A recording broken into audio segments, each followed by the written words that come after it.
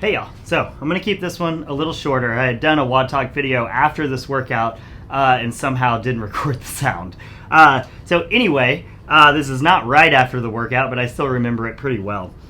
So what this workout is 42 reps, 30 reps, 18 reps of wall balls and sit-ups. So you're going to do 42 wall balls, 42 sit-ups, 30 of each, 18 of each. The wall ball should be at a light weight. So this means a weight where you could do 30 to 50 of them. So that might start giving you a little bit of idea on what kind of strategies we're going to use in this workout. So the sit-ups, especially when we have big numbers like this in workouts, really act as really annoying but active rest. And it does fatigue your core midsection, and it does keep your heart rate elevated. But what we see a lot of times is people, even if they're really out of breath going into sit-ups and they go unbroken on sit-ups, they can bring their heart rate and their breathing back down a little bit and kind of manage it. So I like to think of sit-ups as really annoying rest. So you're going to have a couple minutes, especially on those two rounds, of really annoying rest.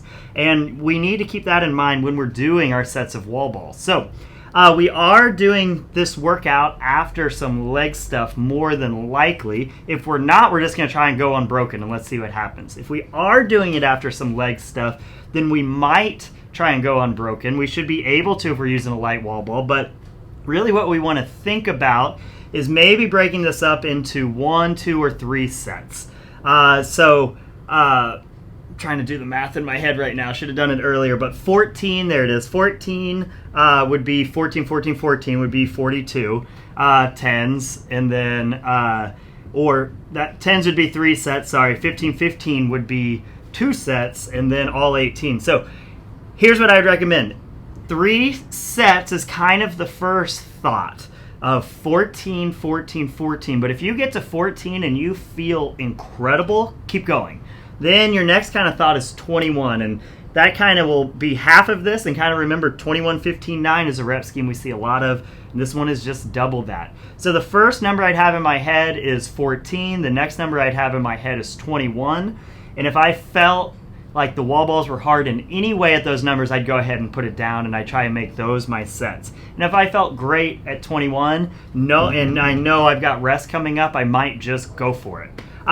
Then on the 30, especially if you went 14s, let's just try and go 15 and 15. But again, if you feel incredible at 15, let's see if we can go all 30 unbroken. And then 18, it's coming after some sit-ups. We only have sit-ups left. It's just go for broke, 18 unbroken. So we're kind of looking at kind of the base layer of strategy being reps around that 14 to 18 mark or somewhere in between. And if you're feeling great at those numbers, push it, but kind of have the idea of what would 2 sets on this one especially look like. It'd be 21 and 21.